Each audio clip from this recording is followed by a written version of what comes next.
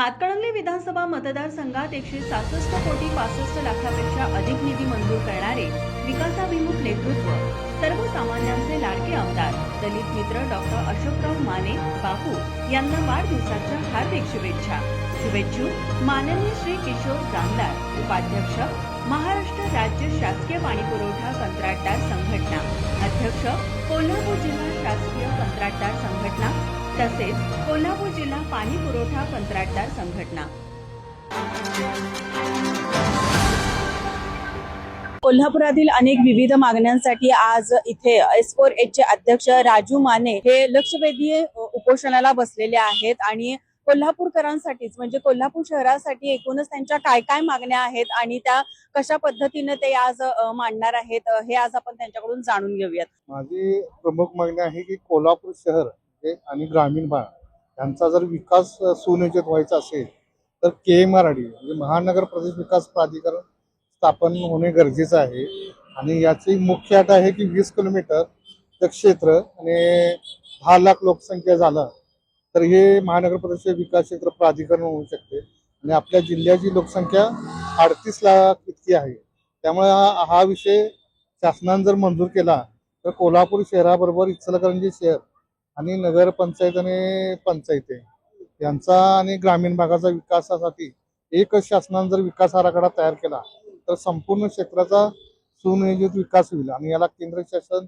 आंतरराष्ट्रीय फंड्स आणि महाराष्ट्र शासनाचा फंड्स याद्वारे या शहराचा चांगला विकास होईल अशी माझी कल्पना आहे।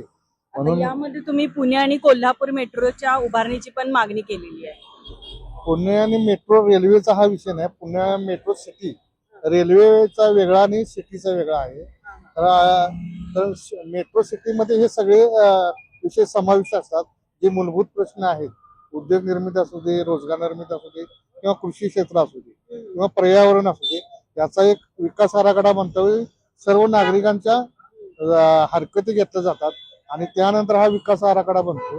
त्यामुळे भविष्यात असा विकास कामांना विरोध होत नाही जे आता कोल्हापूरमध्ये सध्या चित्र आहे, प्रत्येक गोष्टीला विरोध, त्या प्राधिकरणाच्या याच्यामध्ये अजिबात विरोध होत नाही आणि त्यासाठीच हे महानगर प्राधिकरण विकास क्षेत्र प्राधिकरणासाठी आम्ही हे लक्षवेधी उपोषण केलेलं आहे। किती दिवस असणार आहे तुमचं हे उपोषण? आजचं हे मी गेल्या वर्षी सलग 9व्यातच इथंच केलं होतं उपोषण या विषयासंदर्भातच। आज हे 1 वर्षामध्ये आमदार नरके साहेबांनी यामध्ये मागच्या उपोषणाच्या वेळी ते याच ठिकाणी सांगितलं होतं की मी या प्राधिकरणामध्ये सुधारणा करतो। त्या पद्धतीने त्यांनी विशेष नियोजन प्राधिकरण दर्जा त्या प्राधिकरणाला दिलेला आहे, फक्त ते 42 गावापुरता मर्यादित दिलाय। असं न करता आम्ही त्यांना विनंती केलेली आहे की कोल्हापूर शहरासह आणि इतर भागासह प्राधिकरणाला तुम्ही अधिक बळकट देण्यासाठी येत्या विधानसभेच्या अधिवेशनामध्ये तुम्ही हा विषय घ्या आणि हा एकच शहर आणि ग्रामीणचा भागाचा साठी हे प्राधिकरण तुम्ही स्थापन करा। यानंतरची तुमची पुढची भूमिका काय असणार आहे?